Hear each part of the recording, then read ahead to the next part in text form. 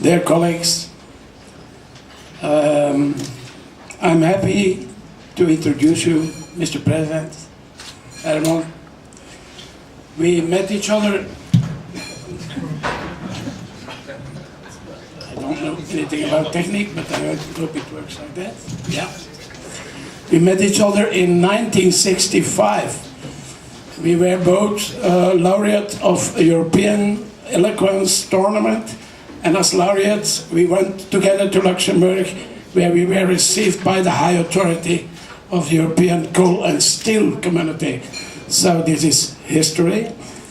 Later on we met again, we studied at the same time, and we met, and then back here in Brussels, Hall of Vilvoorde, we met again, and we went along a certain period the same political way, shoulder on shoulder, and this was an important time. Now today Brussels Hall of Vilvoorde is in the news because now it's a bomb today under the government. So we didn't think on that at that moment. Mr. President, we are very, very happy to have you here, and I pass you immediately the floor. Thank you.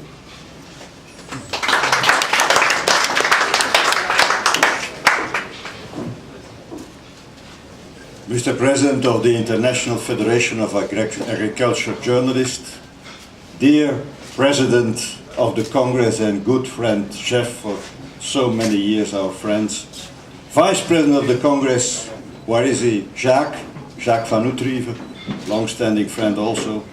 Dear journalists, chers journalistes qui sont venus dans le cadre du masterclass soutenu par Trias, ladies and gentlemen.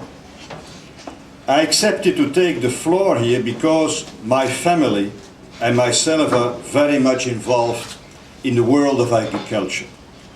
I was Federal Minister for Agriculture for 1 month, in the midst of the dioxin crisis in 1999.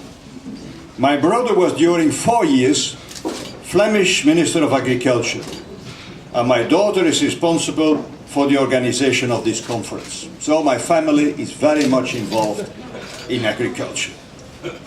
This Congress is called Between Passion and Pressure. It applies to agriculture. Agriculture is shaped by passion and by pressure. Passion is needed by the 30 million people that work in the sector in the Union day by day. Agriculture is also much confronted to pressure. We recently had economic crisis with an average drop in farm income of 12% in 2009. We had the dairy crisis, the sharp rise and fall of food prices, followed by current price volatility.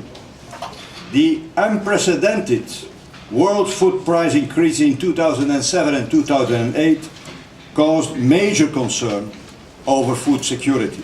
More generally, since the 80s, there is also societal pressure on European agriculture to produce high quality and safe food, to be competitive and to be environmentally friendly and to improve animal welfare.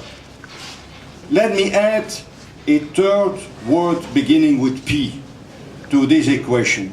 Agriculture is also about people, not only passion and pressure, but also about people, and fascinates people. In Europe, the Common Agriculture Policy or the CAP has elicited the attention of public and press for ages. That is logic. All 500 million Europeans are associated with the Common Agriculture Policy. Firstly, everyone is dependent on the supply of food and clean environment.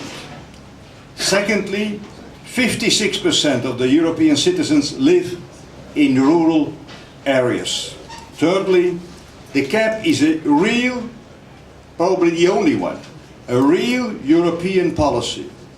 There is a policy framework that concerns us all. We pay for it through the EU budget, although the CAP expenditure represents only 1.4% of European total GDP.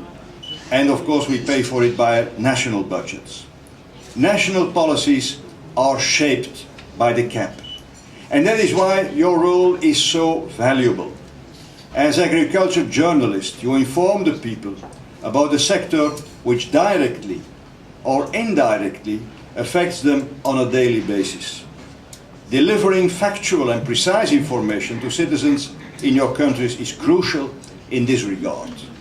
Ladies and gentlemen, agriculture fascinates people because it is about people and about basic needs. Agriculture fascinates people also because it brings past and future together. Yesterday, you visited Ypres.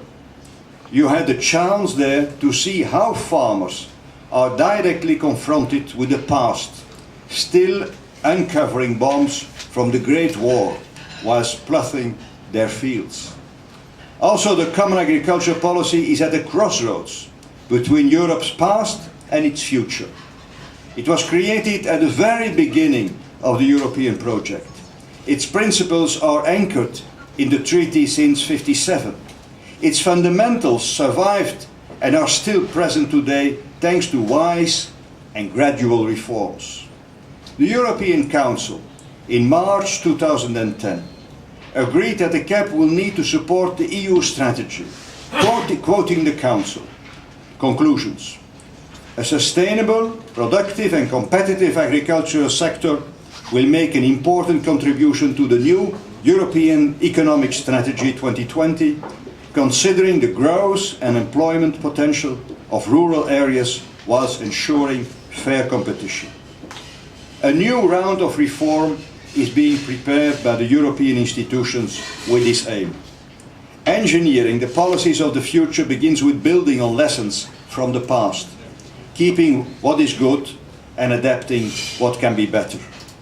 The Lisbon Treaty introduces co-decision procedures for the common agricultural policy, which means that the European Parliament will play a very important role in the process, a very important role in the conception of common agricultural policy.